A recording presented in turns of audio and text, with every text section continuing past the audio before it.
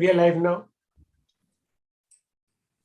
So, welcome everyone to this webinar today. And this is again from the AIOS headquarters. And this is going to be on presbyopia correcting intraocular lenses. We have a galaxy of speakers with us today. We are thankful to Alcon for helping with this session. Dr. Rajesh, can we share the screen?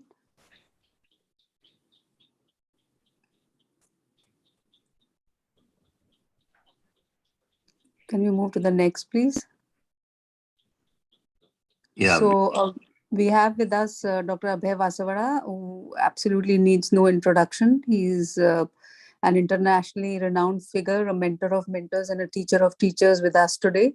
And we have, I have with me my co-moderator, Dr. Rajesh Sinha, who's the treasurer of All India Ophthalmological Society, who's also the professor at RP Center, AIIMS, New Delhi. Rajesh, please. And of course, Dr. Namrata Sharma, the secretary of AIOS, who's again co-moderator with Dr. Vasavada sir. And then we have the speakers in Dr. C.M. Wavekar, who is the medical director, cataract and refractive surgeon, Dr. Wavekar Eye Hospital, Thane, Maharashtra. Then we have Dr. Vaishali Vasavada, who is consultant ophthalmologist at Raghudeep Eye Hospital, Ahmedabad. And of course, we have Dr. Abhijit Desai, who is consultant Soham Eye Care Center, Mumbai, Maharashtra.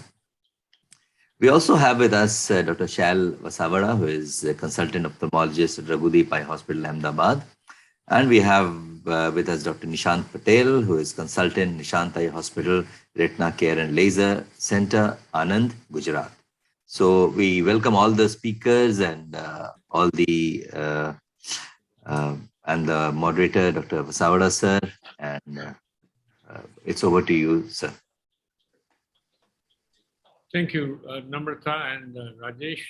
I think today's topic actually is a very hot topic in thing, and the industry and the ophthalmologists, clinicians, and perhaps the patients also are now wanting that, and they realize the need to cater the patients who want to have a range of vision, and also, if possible, not depend too much on glasses. So that segment of our population globally, are you able to hear me? Yes, sir. Yes, sir. This segment of population is increasing globally, more in some countries than others, but even in India, different cities and different peripheral places, there is an awareness for this. So I think there is a demand now, and the industry is all geared up. And there are various choices and options from different companies who really make very good lenses of different kinds. And we will dwell in that intraocular lens technology first, and then how we apply the technology in different types of populations that we have to treat. So first talk is by Dr. Nishant, and Nishant is a prolific surgeon. He's a young dynamo. He's so good, and he's one of the best we have in our state, Gujarat state. So Nishant, please take over.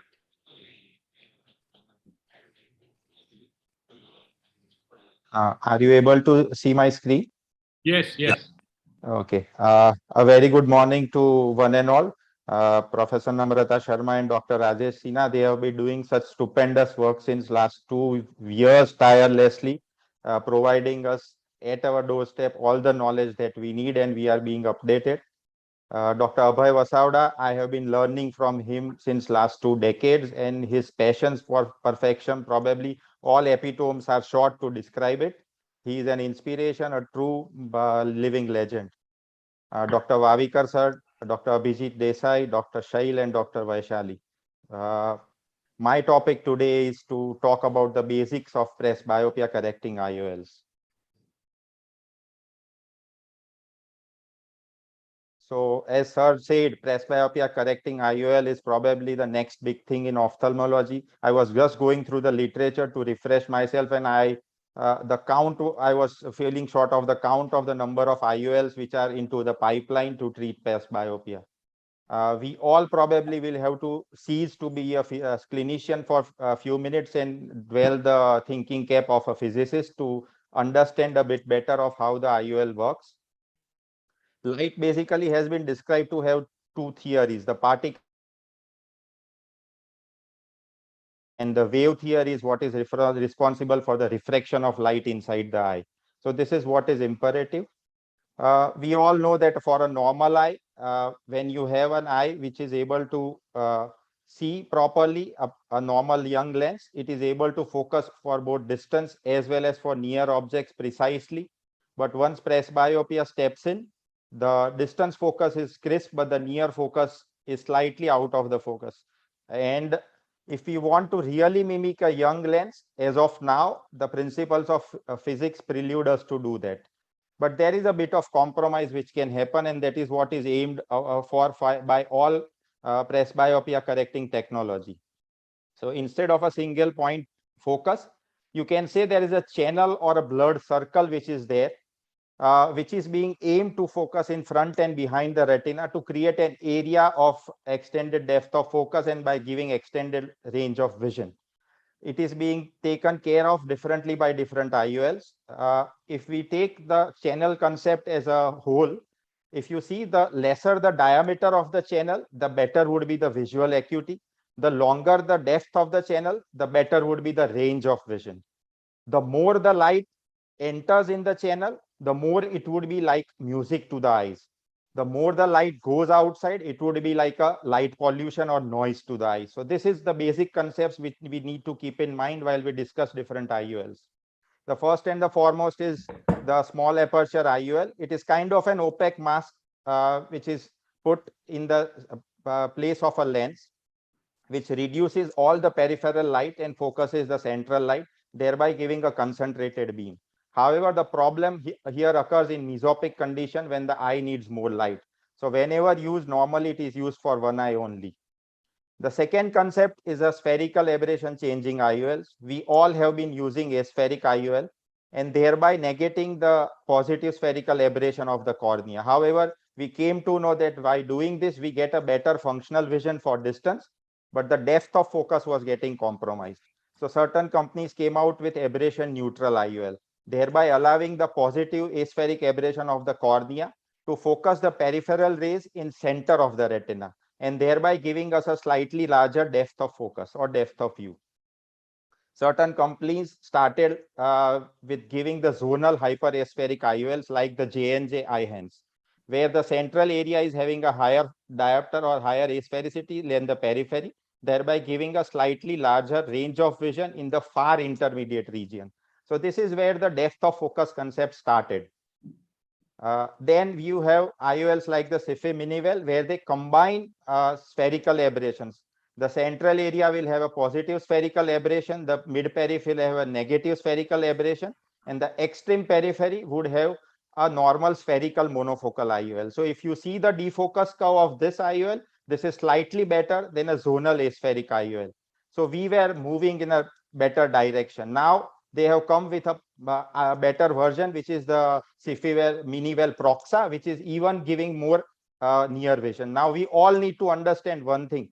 Whatever we do with the physics, the total amount of light entering the eye is same. So if you are trying to get a better near vision, somewhere the distance vision will get slightly compromised. And this is what is happening with all the IOLs where spherical aberrations are being changed. There is reduced contrast.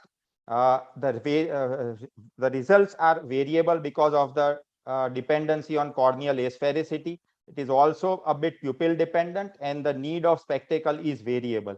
So the amount of consistency is lacking with this IOL, but still it is a step in the direction which the IOL technology is going. You now have a zonal refractive EDOF IOL like the Oculentis, where the superior part is more focused for the distance vision and the lower part is more focused for the intermediate vision. This is just like a conventional bifocal glasses which we had. They have also come with a newer version where the lower part is now working for even near. So one of the IOL will have a 1.5 ad. The other IOL in the lower part will have a +3 ad. However, this has its own fallacy because the orientation is still not standardized, whether you put the IOL in a vertical direction or the slightly tilted direction to allow the esotropia to come into picture when you are using your eyes to see near. But again, a different technology, a technology which is taking us forward. Now, coming to the optical principles of diffractive IOL, which we probably all of us have used the most. Any kind of diffractive IOL basically works on the principles of sequential diffractive optics, or what we called as kinoform steps. If you see grossly, they are asymmetrical sawtooth profile. And if you see exactly, it is just a step of the size of few microns. Now, what does that step do?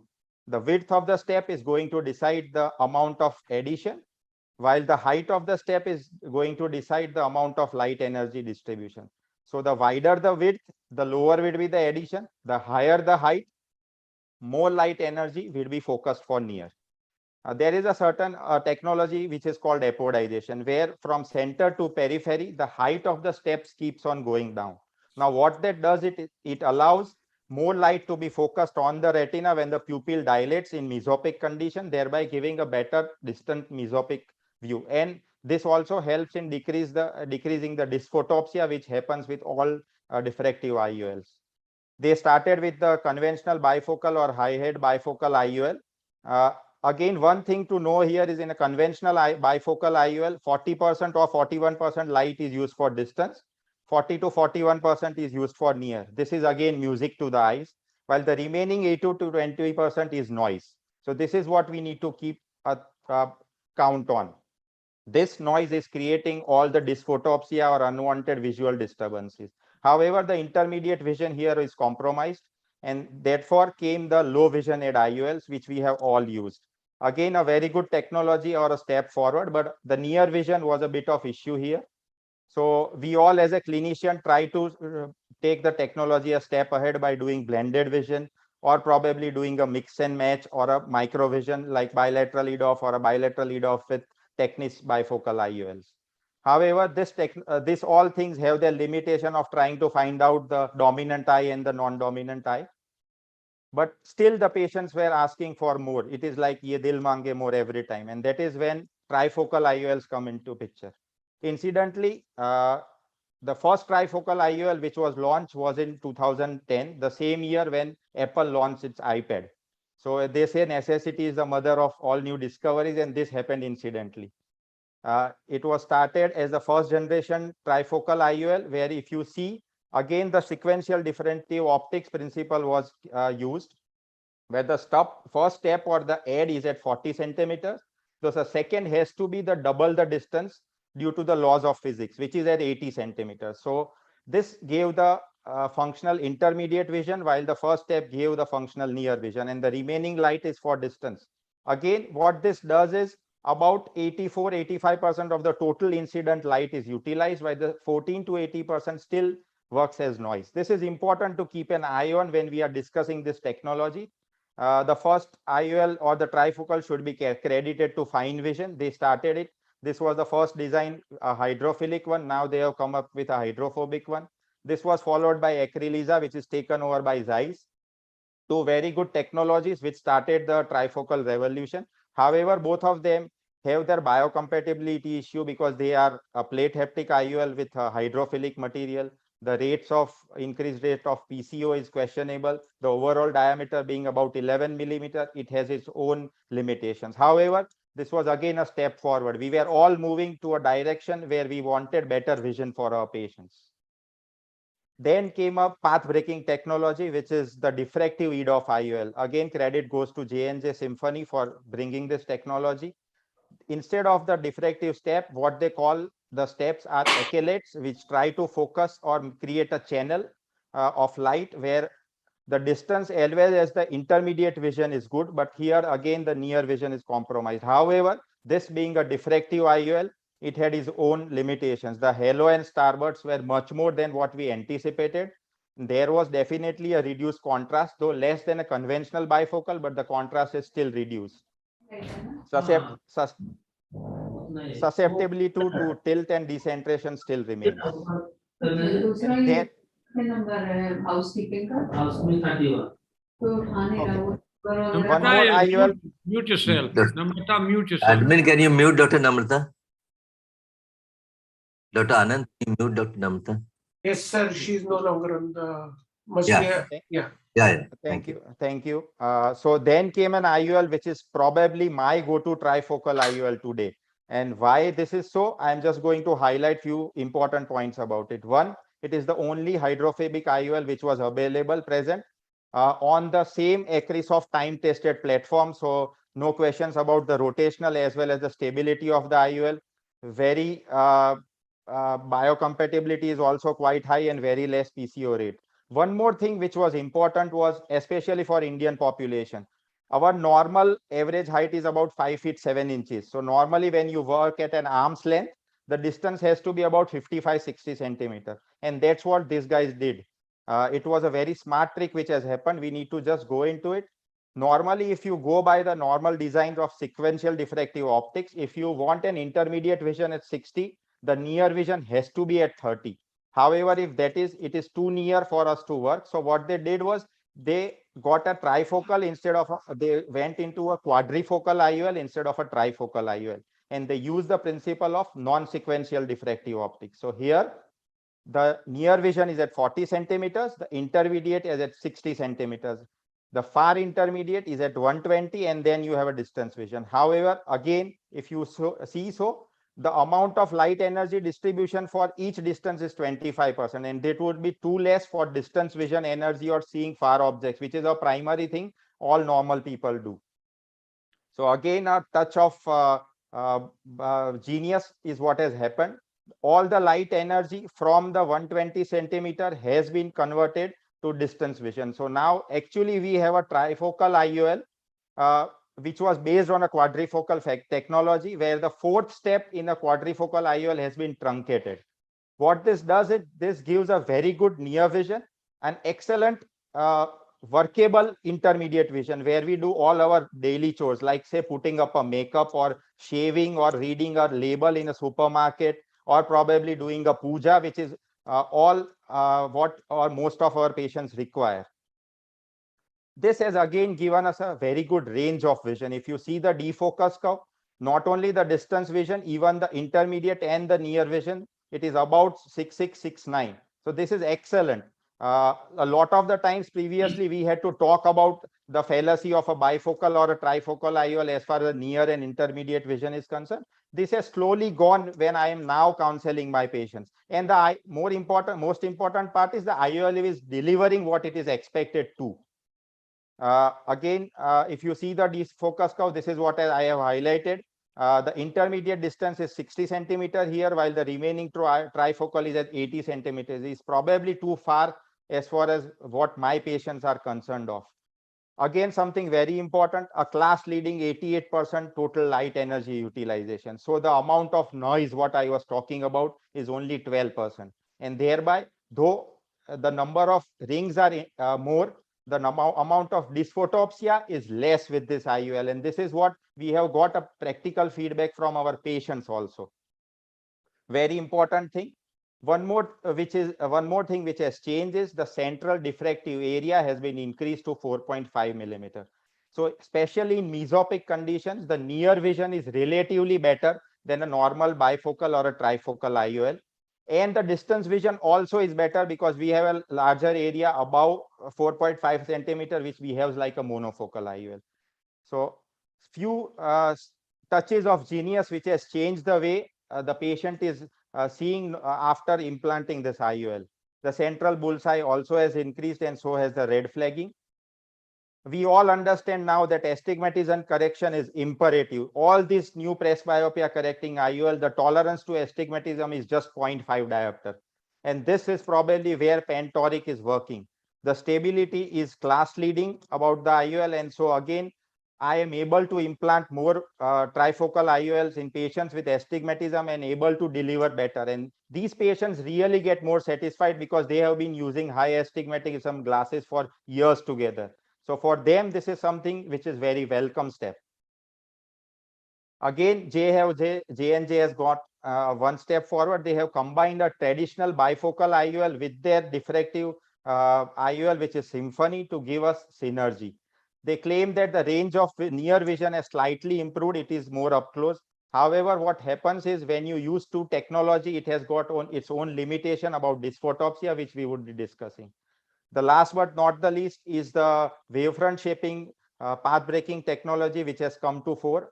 It took me a bit time to understand what exactly this is. So I'm just trying to delve into it. If you see a normal Gaussian beam, this is the laser beam which is getting focused on any kind of wall or metal. Because of the Gaussian beam profile, if you see, the rays would be passing in a particular pattern. Now, what they have done is they have used a wavefront shaping diaphragm in front of the anterior surface of the IOL, and thereby you get a punched hole rather than a Gaussian beam. And this is what is being used or called as a wavefront shaping technology. What they have done is they have kept the same accuracy of platform. The X-wave technology is nothing but stretching and shifting the same wavefront by using a kind of a diaphragm or a surface. The light is actually never split. This is what is important, because this helps us to prevent all kinds of dysphotopsia. And what we have is the Alcon IQ VVT. What exactly they have done is, in the center area, there are two transition zones. The center transition zone is about 1 micron height, and it stretches the wavefront or the light which falls on it. The mid periphery, which is the second transition, is at about 2.2 millimeter. And what this does is it shifts the wavefront. Now, when light falls on the anterior surface of the IOL, the two surface transitions work simultaneously and synergistically. And when the light passes through the lens and falls on the retina, what this does is the wavefront, though the central part delays the light, the peripheral part hastens the light. So the delayed wavefront gets focused in the near end of the tunnel, while the distance end is focused at the distal end of the tunnel.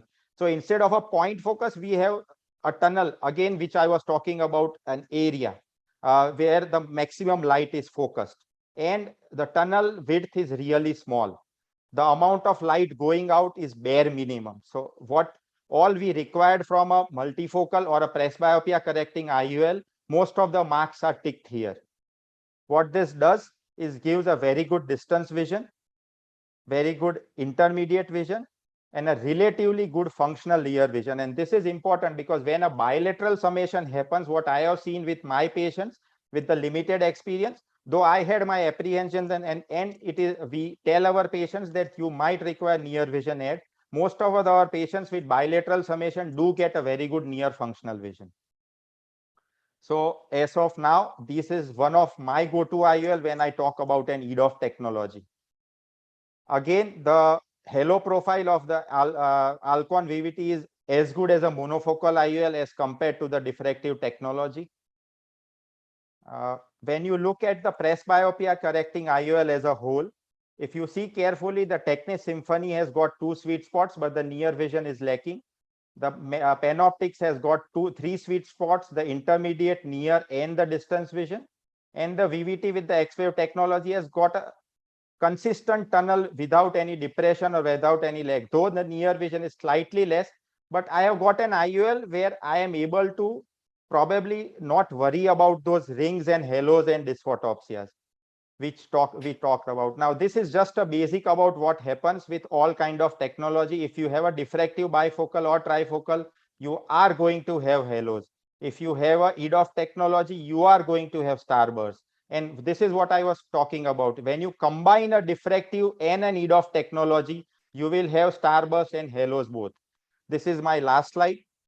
As sir was trying to tell, I have gone through all sorts of IOL which are coming in the pipeline, and I have lost the count. But what I have come to a conclusion is, if you try to get a larger range of vision, somewhere the dysphotopsia profile is being compromised. So what I am looking for is a compromise between the range of focus and the quality of vision, which is happening presently. I hope that in near future we get an IOL which is able to give us the highest range of vision as well as the least dysphotopsia. Thank you. Thank you, Nishant. That was a very comprehensive, very simplified understanding, and I really congratulate you for simplifying this rather difficult subject. I have a question. Why is the dysphotopsia less in panoptics compared to other trifocal? Is that correct, that the panoptics has less dysphotopsia compared to other trifocals, or all of them have a similar dysphotopsia profile? So theoretically as well as practically, it is Here, I'm talking from your understanding. Absolutely, it is absolutely correct. Dysphotopsia, as we talked about, is caused mainly by the light which is not focused on the retina. Now, the amount of light energy utilization with panoptics is highest, about 18%. So what we are left is only about the 12% of the light entering the retina. One more thing which is important is they have increased the diffractive area and it is less pupil dependent. Again, all of this, when you add together and compared to whatever other trifocal IOLs are available, the dysphotopsia is the least with panoptics. And my clinical experience also tells me the same thing. I had operated my sister's in-laws, her father-in-law, and the same day morning when I operated him, he is in Baroda, so he had gone to a musical concert at night. He drove back at 12 o'clock on the same day of operation, and he's a very educated person. He reads the Reader's Digest in his spot also. And he clearly told me. I take your point. Yeah. I take your point, but I agree that clinically it seems that there is less dysphotopsia, but I fail to understand why it is so less compared to other trifocals. I don't understand.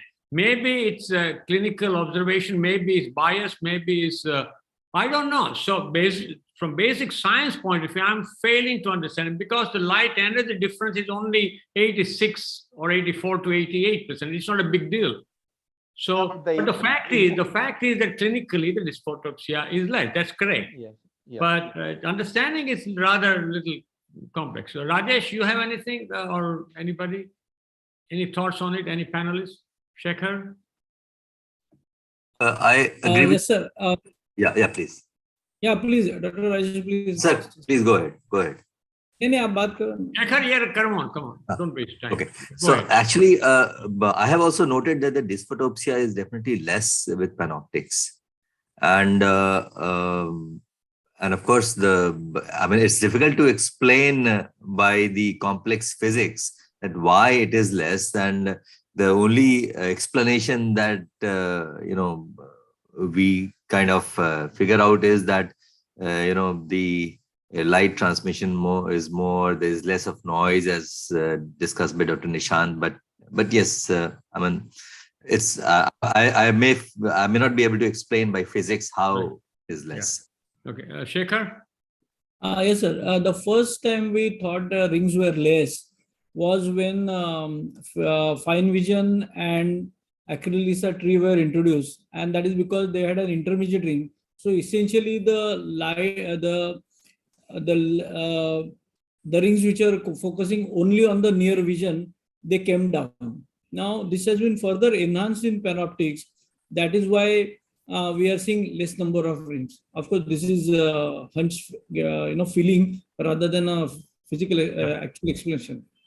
Okay, thank you. I think we will keep discussing these lenses as the time permits, but let's go on to the next topic. And Abhijit, there is no better person than Abhijit here. He is a very prolific surgeon and he is putting all these modern newer IOLs, and he's going to tell us the best patients for these extended range of vision. So Abhijit.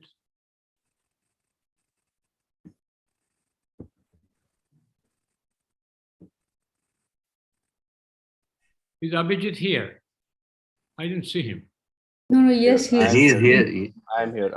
I was muted. Thank you for having me over on this webinar. And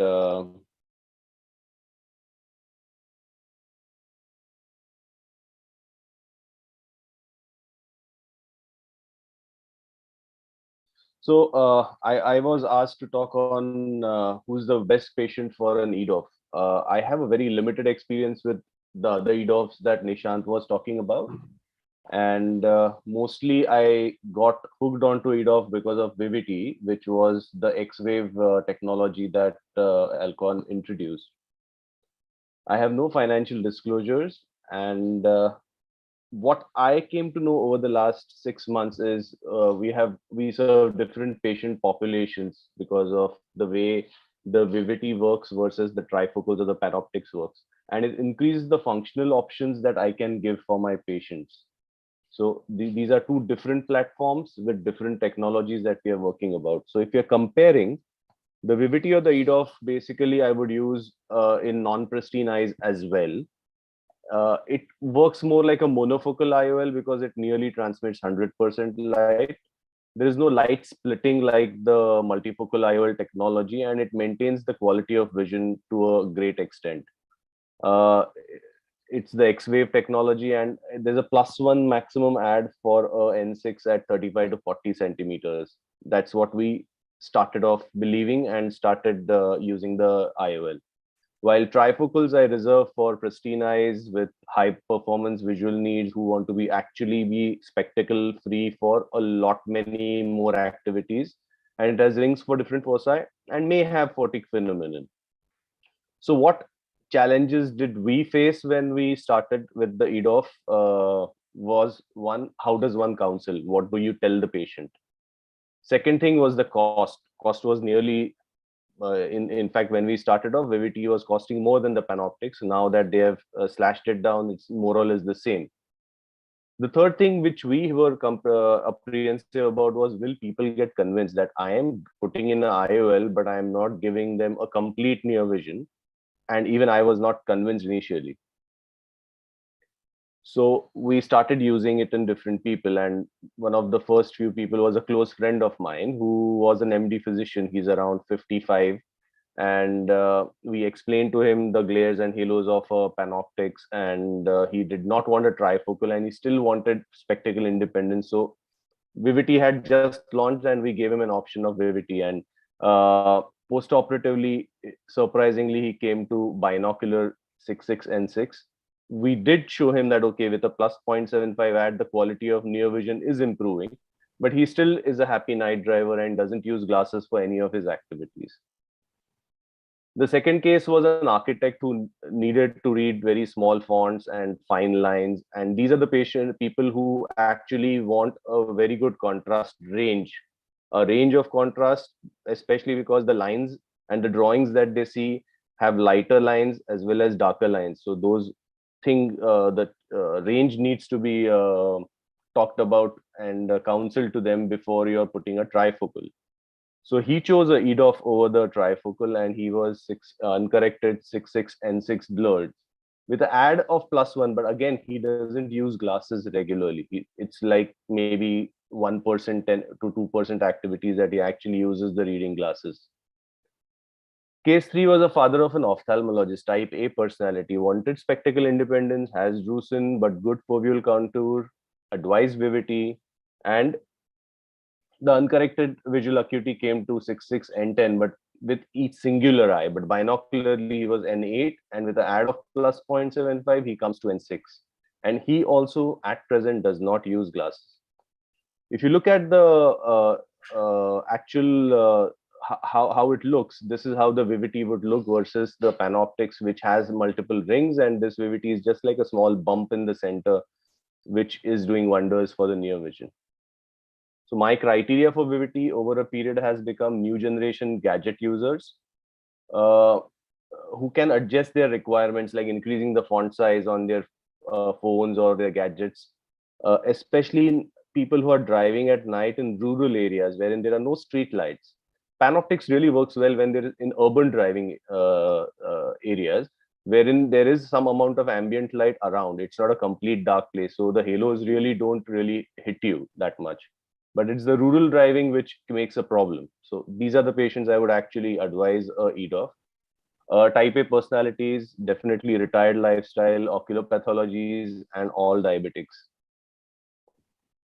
The EDOF, I would actually tell my patients while counseling that 95% activities would be without glasses, no halos at night. It behaves like a multifocal, so there's no drop in contrast. So that improves my belief in the IOL and my confidence in advising that as this. I usually target a -0.5 as a target for the second eye. With the panoptics, we usually used to go hypermetropic or the closest emetropic, but still towards the hyperopia side. But with Vivity, we err towards the myopic side, not towards the hyperopic side. And for some reason, even in spite of giving 0.5 minus 0.5 myopia, the patient still ends up with good 6 and N6. So why Vivity is because it increases the cross section for my presbyopic correcting IOLs. You never used to include diabetics and advanced glaucoma or moderate glaucomas or macular issues. So now I have started including those in patients while advising presbyopic correcting IOLs. Type A personalities, night drivers, we've already spoken about. Certain people in architects and doctors, definitely. And again, it's not so dependent on the pupil size to a great extent, unlike the trifocal. So that again increases my patient base. So these are the patients like a peripheral ERM or ERMs with a good foveal contour, or there are these impending vitreomacular tractions, or some of these patients who have some changes on the topography, and you would not put a trifocal in these kind of patients. These are the patients wherein I would go ahead and advise an EDOF lens. So innovation is the ability to see the change as an opportunity and not as a threat. And that's what we need to do, that we need to try and use these newer technologies to our advantage and see it as an opportunity and improve the kind of outcomes that we are giving to maximum number of patients that we can do for our. So in short, my practice would soon have 3 options: an aspheric IOL, a tri, and thank you. I think, Abhijit, you summed up very well. And I have 1 or 2 questions, and I'm not able to figure it out yet. And I'll value the panelist opinion also, and yours. Number 1, the reading edge, you say 0.75 and 1. We find that it is usually around 1.5 that they need reading glasses. And I'm told it generally is 1 diopter, and you showed it very well. So I'm not able to understand why we are getting 1.5. And to get the targeted refraction on the dot is still an issue. In other words, the A constant, what the company says and what we need to do is still not figured out in our hand. So these are the 2 points, and I value your comments and the other panelists' comments on this. Reading ed in your experience, and how often you are not on the target with Vivity. With Vivity, I have been more often than not on target. It's never then we have been off target. So initially we started going by the company recommendations of their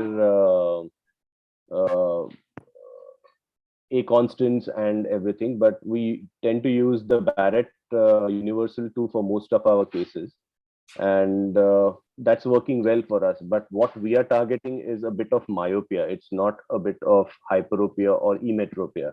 So the moment we started targeting myopia, the closest myopia to emetropia, and a minus 0.5 for the second eye, we started getting better results for our reading.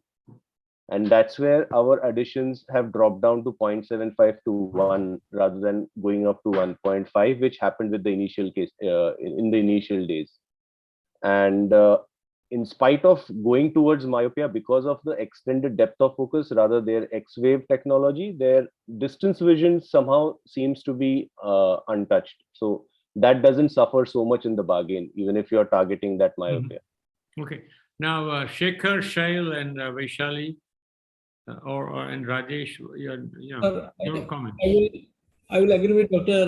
Rajesh. He was talking about panoptics, that I leave behind around minus 0.25. Aim for that, of course. And with Dr. Abhijit, can you unshare these slides? Yeah, sorry. And we have been getting with the A constant provided by the company, we have been bang on target. And some of our patients don't require add at all, and they're requiring +1. You're talking on Panoptics. Panoptics, yeah. Yes, sir. No, we are talking on Vivity. Yes, sir. I'm talking about VVT. Yeah, okay. The point what Dr. Rajesh made about Panoptics, the same point holds true for VVT also. Sir, actually, what I have felt that, for all the EDOF lenses, for Symphony or maybe for Vivity, and even for the Appasamy in focus lens I've used, for all the EDOF lenses, what I have felt is this, that if you keep the target refraction on the IOL master as -0.5 or -0.6, it works very well. And I mean, the patient has good near vision and good intermediate as well as the distance vision. I guess something has to do with the A constant in the EDOF lenses, in all the EDOF lenses. This is an observation which I have noted in a project also, which I have EDOF lenses, and this is what I have seen in almost most of my patients. Okay. Yeah, I think with the VVT, our experience has been slightly different. We have found that with the A constant and the Barrett's provided by the company, we were ending up a little bit more myopic than what we were targeting. And we discussed with several users as well, and most users now across the globe are using a slightly lesser A constant for the calculation. For example, most USA surgeons are using 119.1 instead of 119.2, similarly in Australia. What we have found is that, yes, leaving a little bit of myopia works well for most individuals for distance as well as for near. But the category of patients where sometimes we choose the EDOF thinking they are young, they are active. We've had one or two quite unhappy patients who have ended up with -0.75 myopia in their first eye. And they are extremely bitter with their distance vision because they felt that they were going for this IOL for a very good distance vision along with intermediate and near. So I would caution to straight away go for slight myopic target in your first few initial cases, which you are choosing for an EDOF or VVT. First, get the experience of hitting the refractive target in your hands with the A constant and the surgical technique that you're using. And once you're comfortable, then try and play around with the target a little bit more. I mean, to comment on the VVT, but for other EDOF lenses, this was what I observed. Yes, absolutely. Yeah.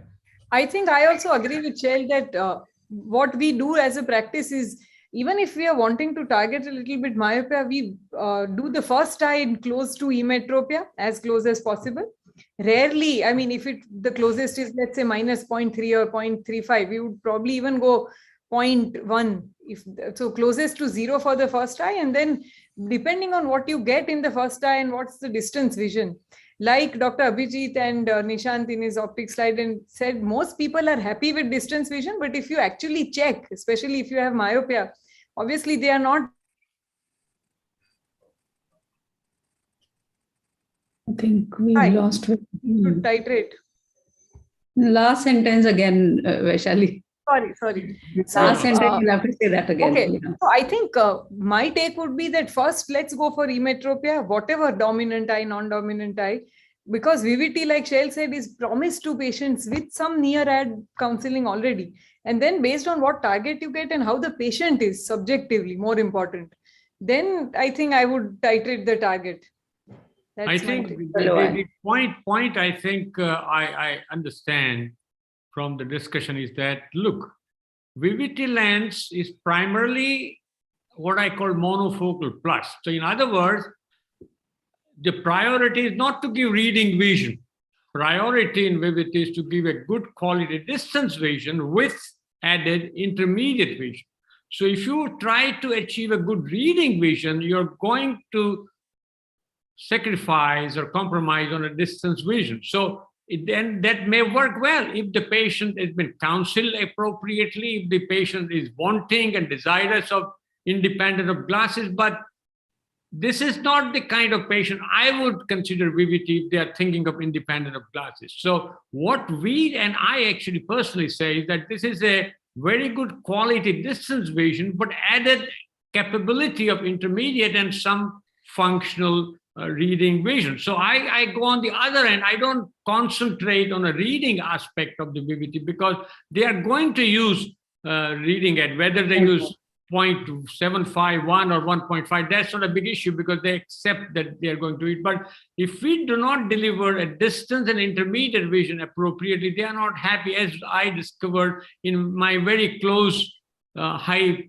active people like all of us here. So it depends on the type of patient you're dealing and the kind of desire and the discussion you have to come in. But be careful. Not everybody needs what I say, emmetropia. Not everybody needs a minus side of the target. So I think it is a little tricky here because the difference, as Nishant said, is very marginal. Whatever the technology X, Y, Z, the fact is that there is a compromise anywhere, depending on what point you want to prioritize. So for some patients and some practice style, you may prioritize one end, other one you may prioritize other end, and make it clear. I think it doesn't give anything, all the three, without any compromise. One of the vision will be compromised if you concentrate too much on a particular distance. That's what I found. But I think it's interesting that there are many options and many patients can be treated differently. But still, I want to emphasize that we are still struggling to get a really targeted outcome, as we are happy with our monofocal and these trifocal. We are not getting that amount of success in achieving the target refraction in VVT today.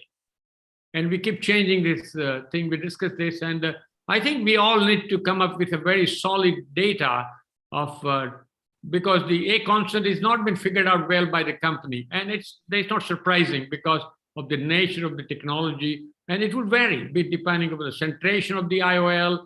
Slight decentration may be okay for the patient, but in calculating the targeted diffraction, it can make a difference in high myopes, for example, with larger bags. So I think we still need to work on the absolutely perfect A constant for VVT, generally speaking. That's what I feel. Shekhar? So I just had a question, sir.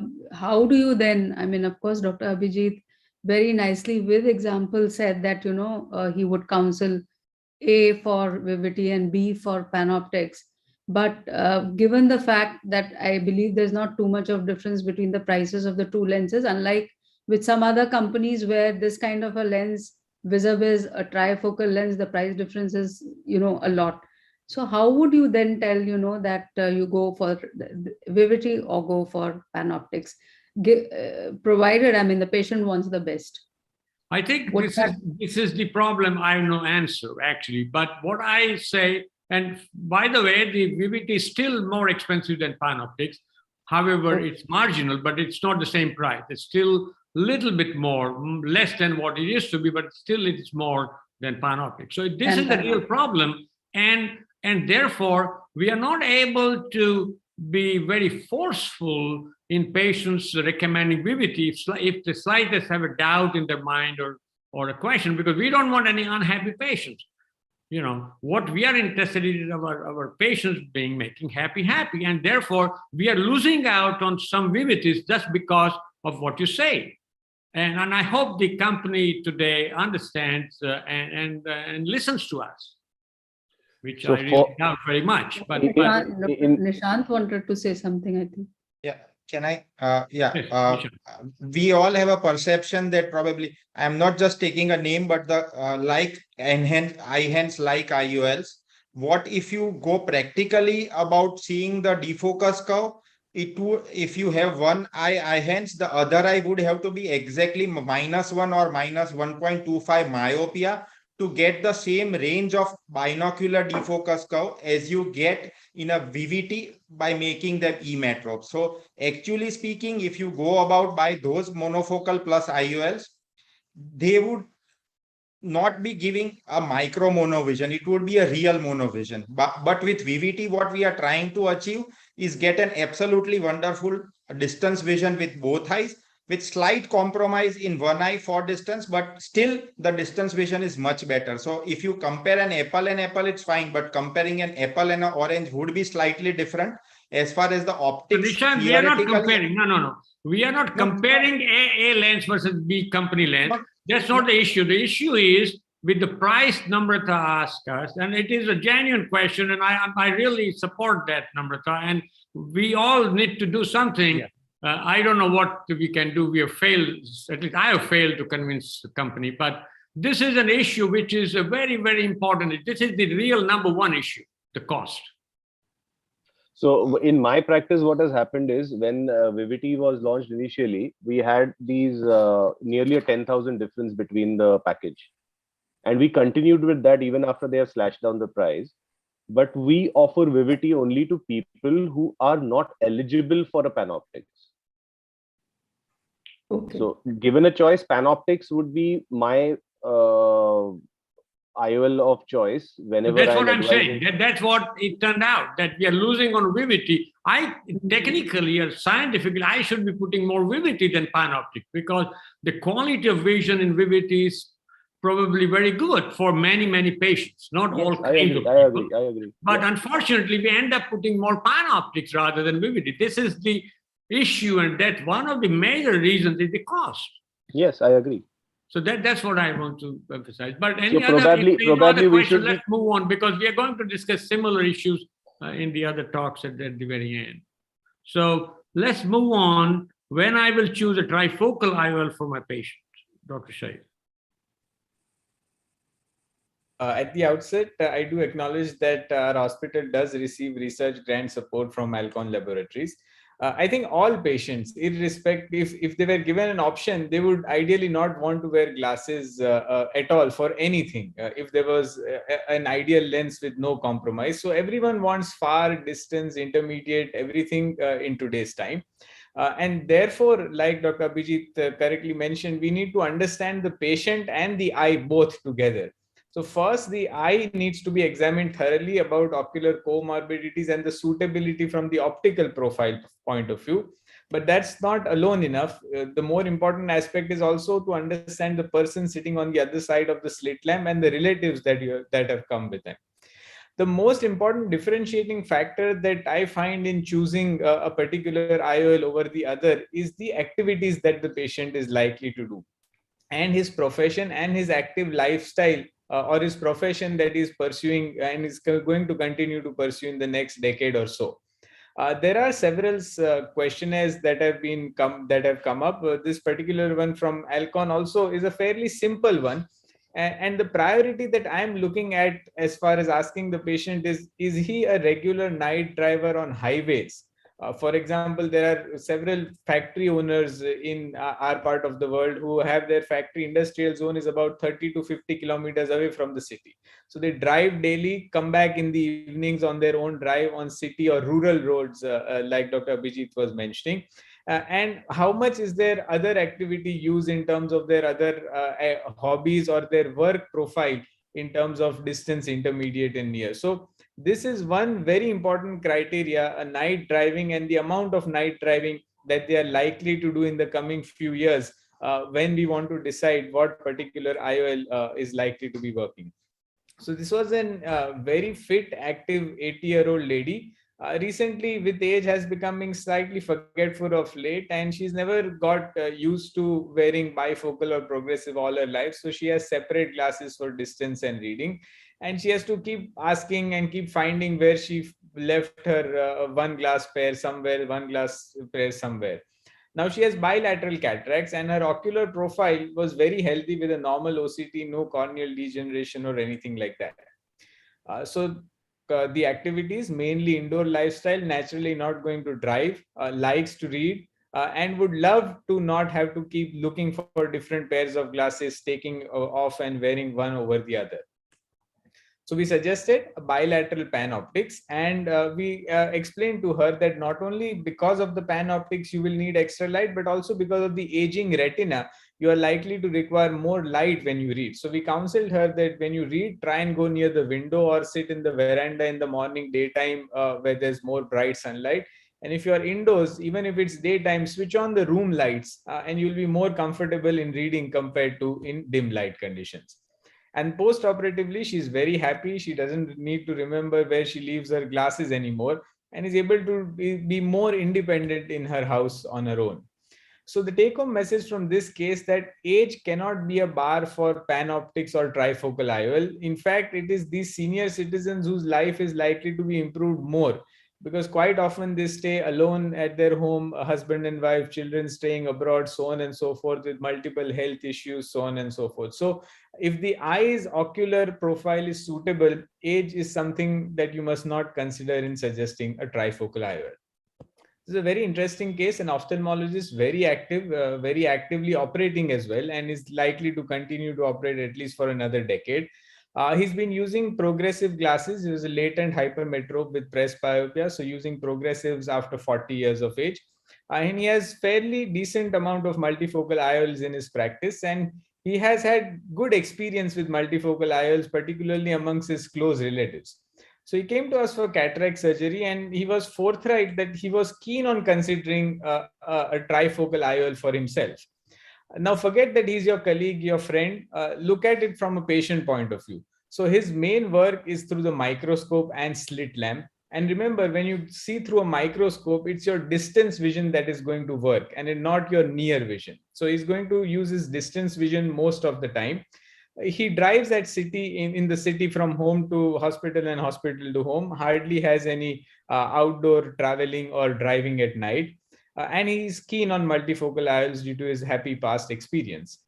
His ocular profile was suitable for a bilateral panoptic toric.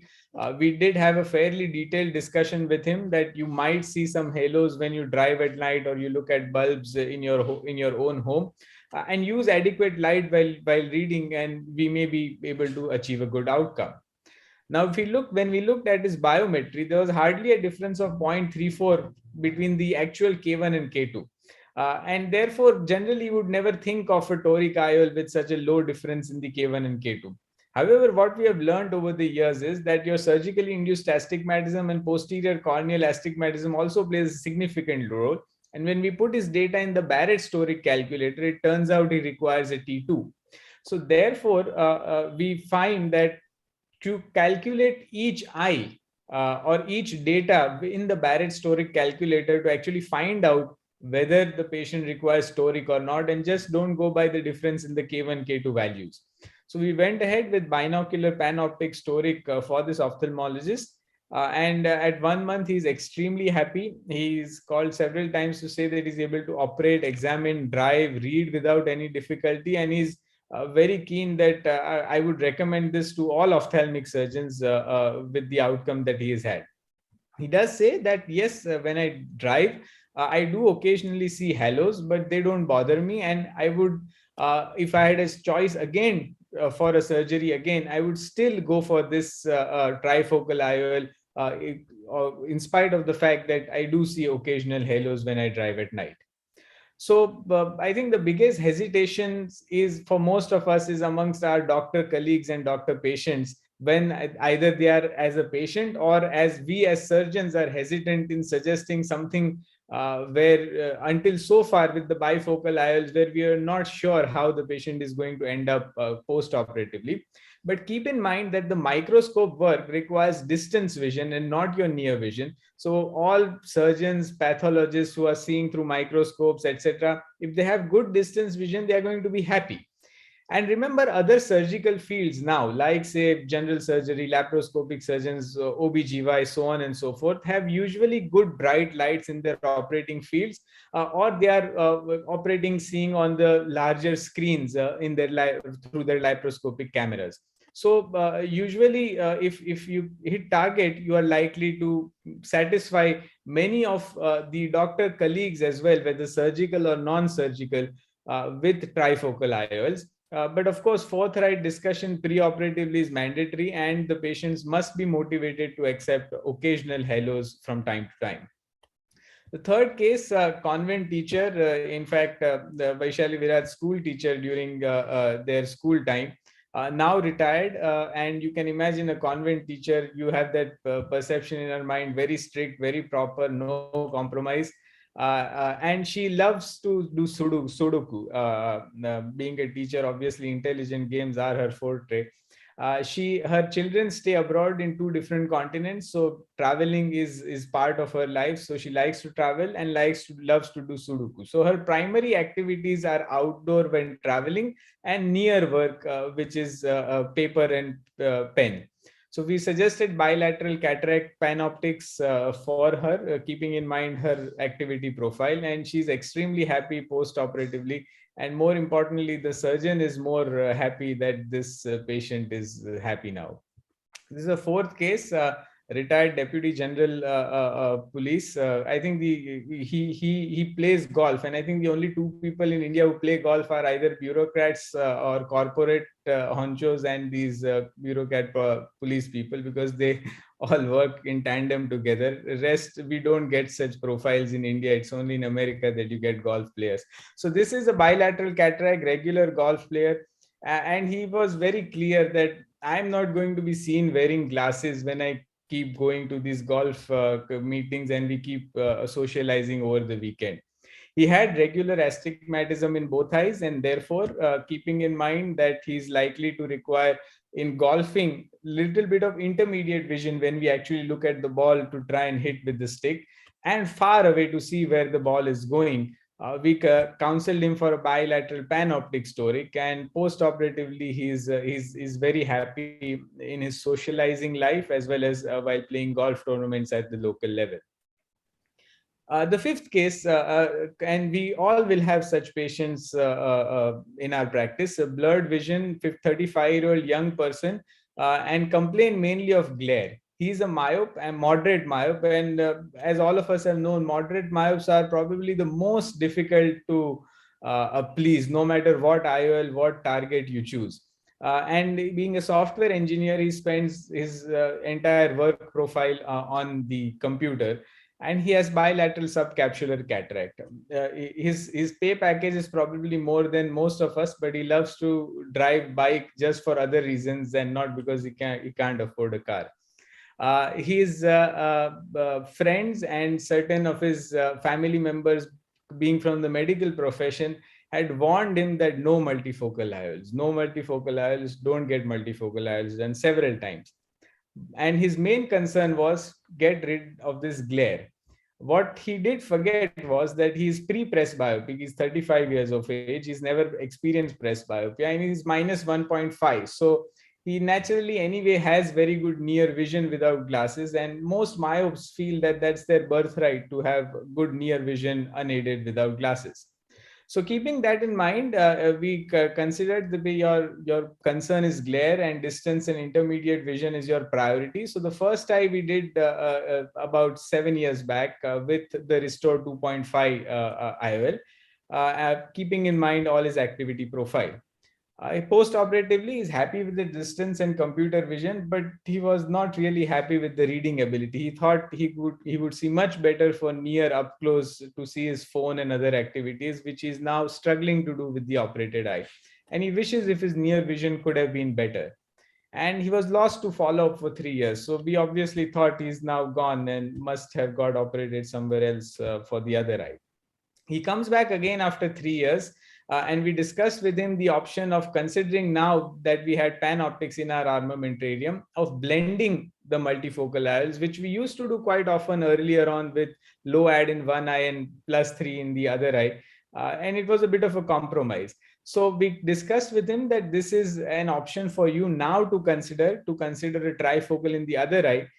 And that will give you a good range of vision binocularly for most of your activities. But we forewarned him that if you try to compare the vision in both eyes, you'll always find a difference, and be prepared to use selective glasses for reading. Post-operatively, at 2 months, his binocular visual performance is very good. He does accept ad for reading, and he uses this ad only when he reads books at night time in his bed with dim lights. Apart from that, for most of his routine activities, he's glasses independent, and he doesn't find much of a difficulty in driving his motorbike as well. So no gross halos or glare that he has is sort of noted. So PanOptics can be considered in the second eye of patients whom we have already done an EDOF in one eye previously when this was not available, and who are not very happy with their post-operative outcome, particularly for near vision. So it can be considered as an IOL for mix and match in a previously operated eye. And this is a case of a 46-year-old gynecologist, blurred vision and difficulty in focusing in surgical fields, mainly during her gynec surgeries, not the obstetric practice. She's never used presbyopic glasses so far, although she has an ad, and somehow she manages to get away binocularly by taking things far away, increasing the font, so on and so forth. And she has a unilateral right eye cataract with hardly any changes of cataract in the left eye. So we are only thinking of operating one eye at this point of time. She would like that she would not have to wear glasses, doesn't like to be seen around everywhere wearing reading glasses or while operating. And she hardly drives. Her home and hospital is very close by. So we had a discussion with her, the option of a trifocal IOL. We explained that, so far we were generally hesitant in considering unilateral trifocal IOLs in a unilateral cataract. And we explained that if you don't get used to the vision in both eyes, we may have to consider early lens removal in the other eye, even if there is not much of a cataract which requires surgery. So she agreed, and she underwent flax with 23 diopter PanOptics. And post-operatively, she has excellent distance, intermediate, and near vision, is able to do all her activities, including her surgeries, very comfortably without glasses. And now we have more than 3 years follow-up for her, no cataract in the other eye, and she's very comfortable with her binocular vision in both eyes. So not for all unilateral cataracts, but can be considered in select cases of unilateral cataracts after good preoperative discussion with the patient as well. We did our own, we were part of this multi-center India trial of PanOptics, bilateral patients, 80 eyes where we studied, and we found in the real world, in our population, that the functional continuous range of vision for distance to near is somewhere starting from about 40 centimeters going up to 100 centimeters. And there was a very high level of spectacle independence, more than 90%, and very high patient satisfaction. And all of these patients had paid for their IOLs, so likely to be, good outcomes. So the strength of the trifocal IOLs are that it definitely gives or delivers the full range of vision that we've all been looking for and all been longing for. And definitely much greater spectacle independence than the previous generation IOLs and the current extended depth of focus IOLs. The trade-offs, of course, there will be trade-offs like we have discussed in the discussions as well. There are halos, and therefore, if you look at a light which is far away, a focus light, you will see circles around that. When the light starts coming closer towards you, you will start noticing them less. And with binocular summation, they will reduce with time. But if somebody looks to find the halos, they will find them. So never say that after 3 months, 6 months, you won't see any halos. Just tell them that you will notice them much less than what you see them initially. And in mesopic conditions, they have a lower contrast sensitivity, although not as high a drop as with the bifocal IOLs. And therefore, always forewarn them that you may need extra light for reading. And the third thing that we have found is that the reading distance is about 40 centimeters. So particularly for myopes, if you are operating, those who are used to reading quite close to their eye, just tell them in advance that your reading distance is going to recede a little bit compared to what you're used to for so many years. So having such good experience across all ranges, would you choose trifocals for everyone? Well, definitely it would be the first choice for any patient walking in with a good, suitable ocular profile. The only few patients that we would really want to be careful are regular night drivers. That is those who have to drive on highways or, like Dr. Bijit mentioned, on rural roads where there are no street lights, likely to be no dividers as well. So direct lights are likely to be coming. And of course, there are fastidious personalities whom on the first visit of the clinic, this patient is going to eat up your chair time post-operatively, even if he undergoes a monofocal IOL. Certain personalities are just like that. So certain extremely fastidious personalities and night drivers are someone that you need to be careful about choosing this IOL. Therefore, picking the right patients is important. But I think with PanOptix coming in with the very pleasant post-operative experience of very few dysphotopsias post-operatively, the chair time has drastically reduced in counseling for PanOptix compared to the previous generation bifocal IOLs. So thank you very much for the patient listening. Thank you, Shaikh.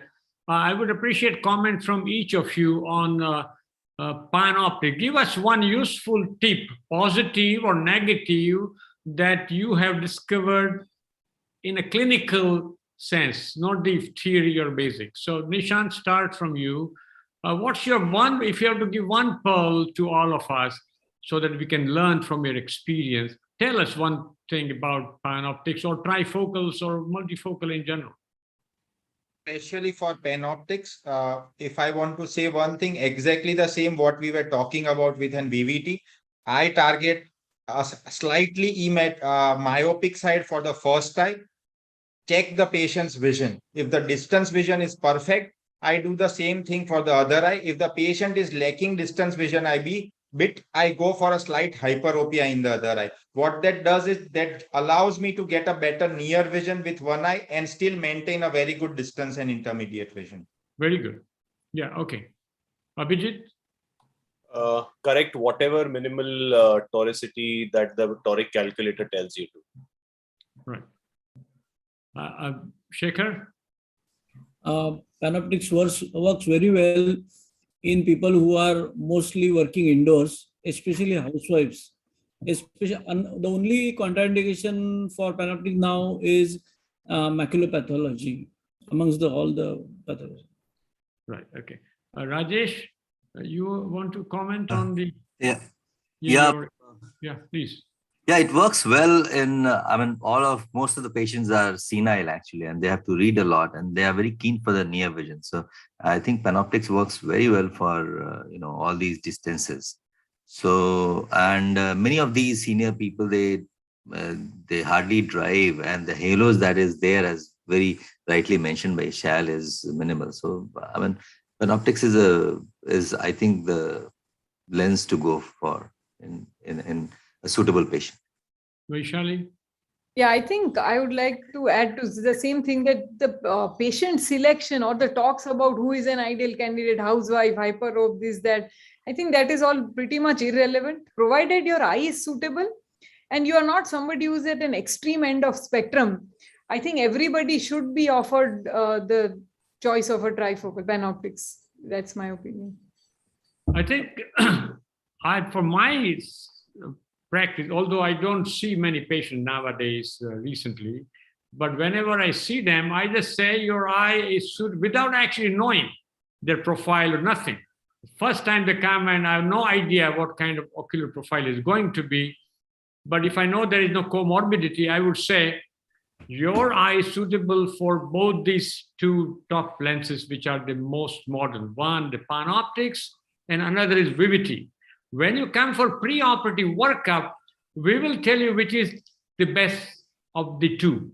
So if there is an ocular profile not suiting trifocal and otherwise suited, we will say Vivity. And if the ocular profile is good, we say PanOptix. This is how I start. So I think the PanOptix has reduced the chair time and the kind of apprehension when the patient walks in on the first or second post-op visit. We are always not sure how he's going to react. So that time is almost gone with PanOptix. So that's something I find very useful personally. So if there is no other comments or any pearls that you would like to share, we move on to the next one. Okay. Technique and technology, handling challenging cases, Vaishali. We can't hear, you're muted.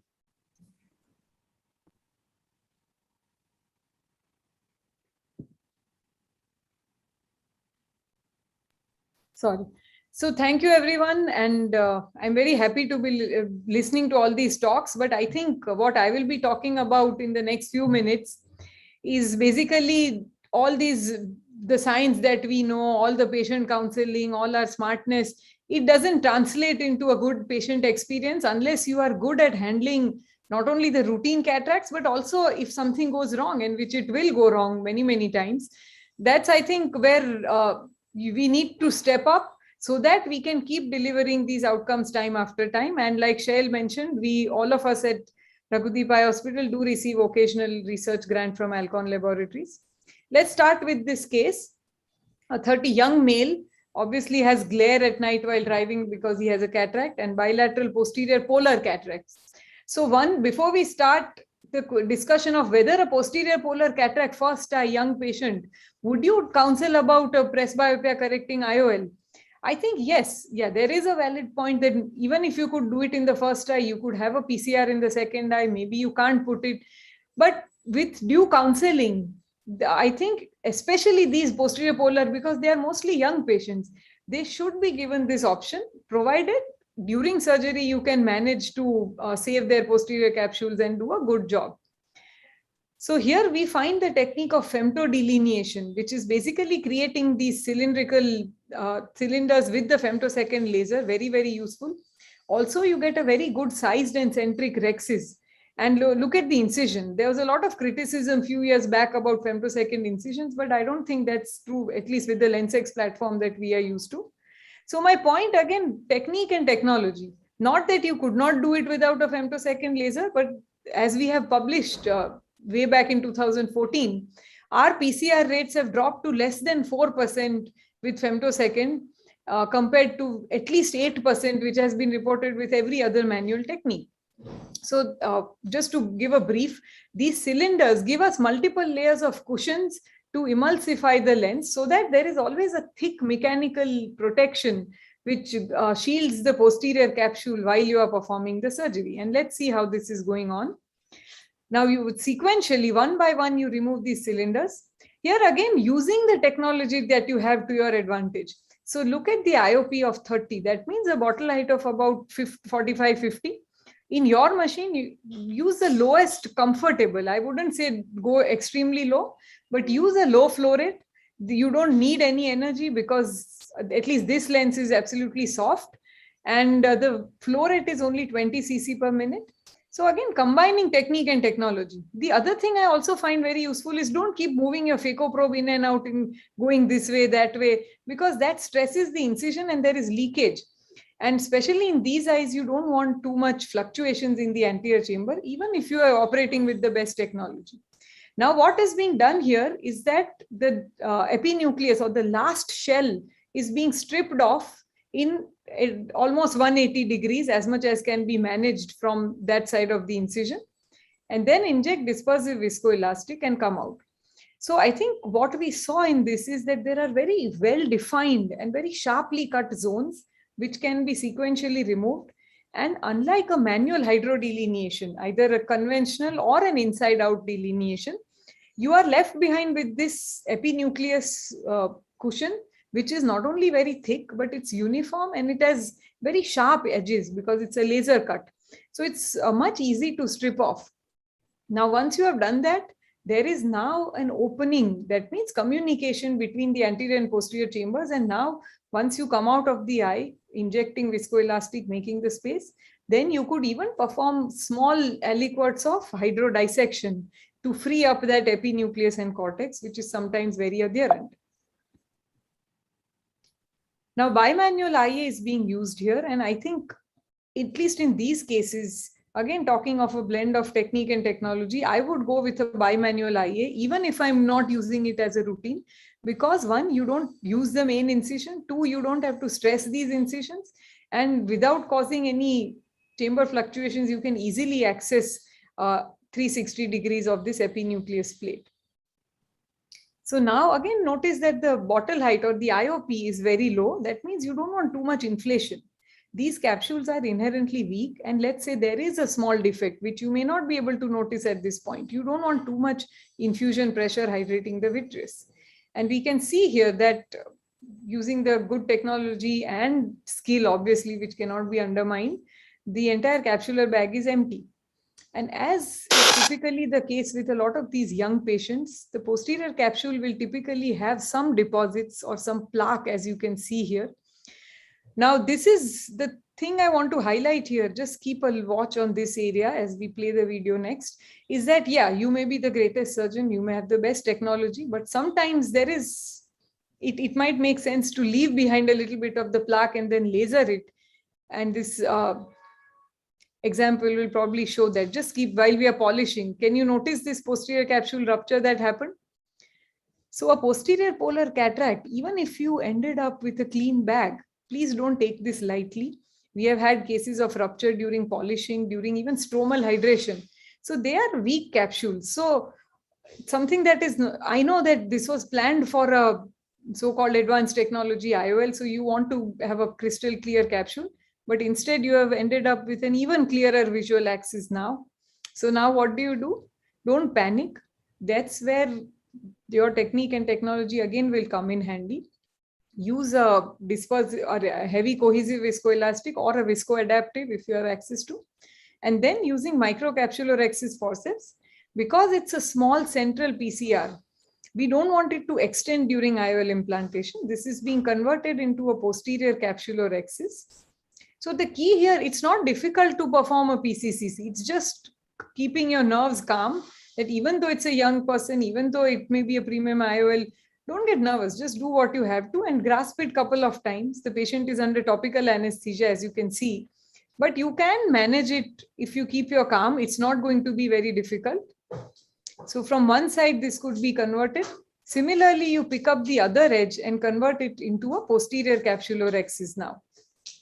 And you can see that we take all the time in the world. Don't hurry up in doing this.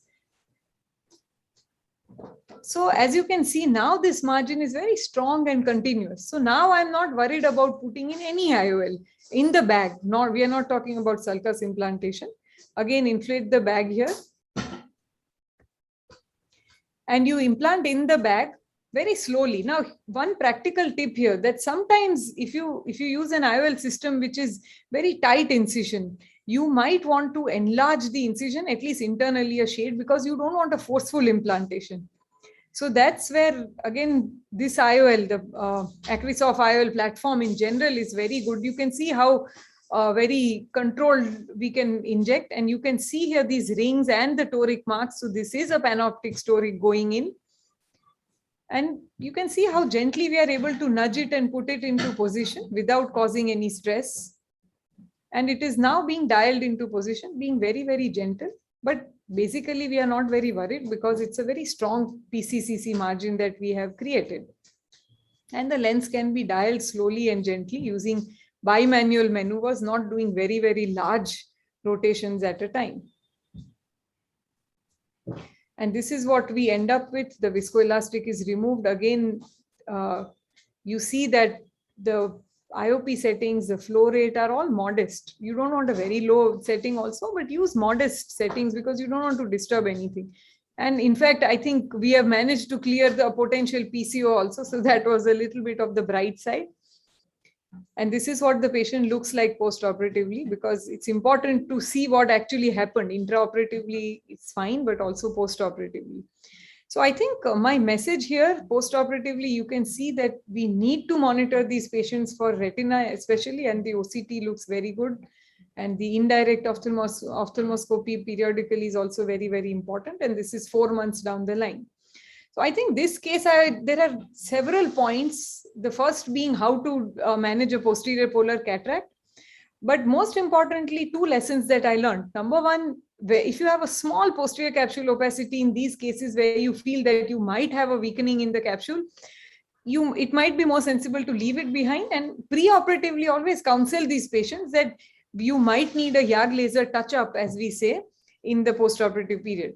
But if you do end up for whatever reason with a PCR or a problem that you did not anticipate, please don't panic. Use your good common sense, and in most cases, we will be able to do it. Let's say you could not convert to a PCCC or it was a large PCR, then please don't be in any ego. Switch from a panoptic toric to a monofocal IOL and put it in the sulcus and capture it through the anterior capsular axis, because there is no way we can put in a single piece IOL, particularly an Acrisoft design, in the ciliary sulcus. Now we move on to this next case. And before I say, let me say that although we have handpicked these cases, I have one disclosure to make, that we don't create these complications in every toric or multifocal IOL. So that's just for the record. Here is a 65-year-old lady scheduled for a second eye toric. Now, whether it's a panoptic presbyopia toric or a toric or even a monofocal, it really doesn't matter. Second eye, we are always under more stress, because not only you want to hit the refractive target, but technically also you want to do a good job. This picture here, I just want to highlight that the rhexis is complete and it looks like a good normal soft cataract with a posterior subcapsular component.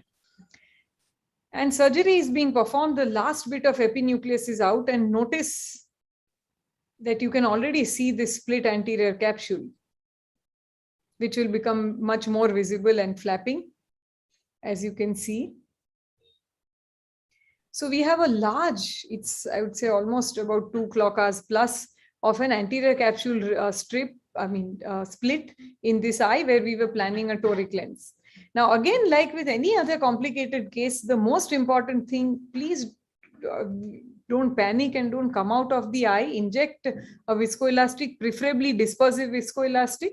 But if you don't have access offhand, just inject something before you come out. But don't overinflate, so that in this split, you don't want to extend it. So don't overinflate in the sense that don't make it too deep. And then come out of the eye. Then think about what you can do. Now, when performing IA, again, bimanual is a great help here. And the POPs technique, which I'll come to shortly, which Viraj showed us all and taught us all, I think is very handy. Don't strip, don't do radial pulling too much. Engage the cortex, pull it down, swipe it side to side, and then bring it to the center and aspirate. So raise your vacuum only in the 4th step once it is ready to be aspirated. Also, because you will have a lot of this heavy viscoelastic here, there might be an issue with clogging. So go into the area of the cortex and then actually engage and swipe it, so that you reduce the zonular stress in this bag, where you really don't know where the end point of the anterior capsule split is. And Dr. Rohit Om Prakash had several years back shown a very good video to detect whether your split is actually gone to the posterior capsule or not. So again, here this trick of mechanically feeding, sometimes you don't want too much surge. So you may not want your vacuum to hit the preset level of 300, 400. So you might want to work at around 200, 250, and you can always use the other hand to mechanically help the cortex in. But make sure that you remove all the cortex. You don't leave behind anything, because that will be a problem in the post-operative period if you did leave behind. So don't be scared, but on the other hand, be very mindful of what you are doing and keep a tab on your parameters, not excessively high vacuum, flow rate, bottle height, anything, but adequate obviously will be required. And this is what we end up with. Now, this is a printout of what the axis was designed to be, and to our fortune or misfortune, it is supposed to be almost in the same axis as the split is. So again, which IOL platform you use, and the Acrisoft allows us to perform a pretty controlled delivery. And now you can see that it's in the bag. Now, when you push it in, don't be very jerky, very gently glide it in. And now you can even rotate it, because you are sure that the capsular bag is now intact. But again, be gentle and slow 1 clock hour movements. Don't try to do it all in one go. So you can even put it in the same axis as the split. The only catch, yes, there would be, and it's a valid discussion, that there might be a tilt on the IOL, and with the asphericity and toricity in place, what would happen to the refractive or the visual outcome. But from our practical experience with this platform, because of its tackiness, and if you maintain the chamber well till the end of the surgery, typically it will not be so much of a clinical compromise. Yes, if you were to check the aberrations, maybe there will be some change, but practically speaking, it really doesn't bother. always hydrate the incisions before you come back. And I practically also would like to inject a little bit of a myocol or carbachol or pilocarpine, whatever you have access to, because in the early postoperative period, you don't want that lens coming up or the chamber shallowing. So just narrow down the pupil just a shade. And this is what the patient looks like 2 months postoperatively, and unaided vision is 6 parts. So we end up with a good postoperative outcome. And just the last point before I come in, the POPS technique of cortex removal, which I find very useful, not in a PCR, in every case, but particularly where you have a zonular weakness or pseudo-exfoliation. We'll quickly run through these animations. So first step is position your port, whether it's coaxial or bimanual, position it beyond the rexis and take a bite of the actual meat of the cortex, which you can see in the animation in the PIP as well. Then occlude, raise your vacuum, but not probably to your preset maximum. So occlude and only then start moving your probe. Once the occlusion is done, take this entire thing backwards, as you will see in the animation, because that will help to detach every part of the cortex and even the equatorial lens epithelial cells from this entire capsular bag fornix. And then swipe it. Once you pull it down, move it radially very generously so that you don't induce zonular stress and you can cleanly remove epithelial cells and cortex. So I think with that, I'll end my presentation.